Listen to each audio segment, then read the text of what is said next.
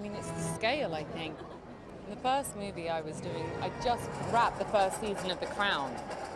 And it had epic scale, of course, because of the royal family and the palaces and the sets, but it was still kind of, a small English theatre contingent.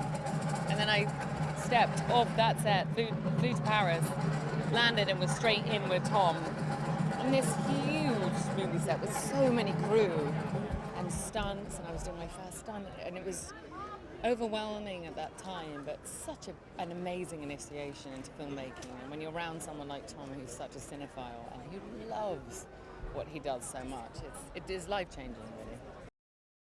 Oh, because they believe in that's what, filmmaking is. And I think they want to take the audience on an adventure.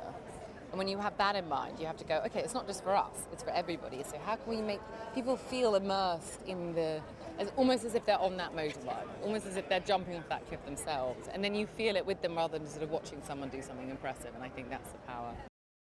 On Fowler, I did 6 months of training.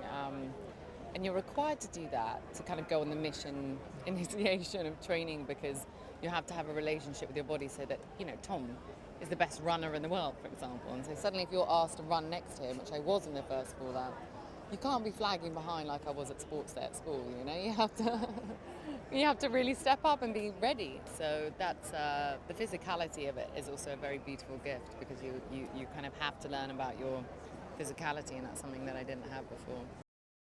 It's not an action movie to me. It's got drama, it's comedy, it's a thriller, it's kind of sci-fi. It's kind of, I said to Tom after, it's almost like a genre of its own, And that's such a beautiful, radical thing to do with a film that traditionally is seen as, it's just an action movie, but it's so not. I know that anybody that watches that will feel that, and that's really exciting. At the beginning it did, but now I'm so used to him going beyond what I could ever imagine. I stop even imagining what he might be doing. And then you see him do it, and it always goes further than you imagine, so it's kind of best not to even think about it and just to watch him in awe.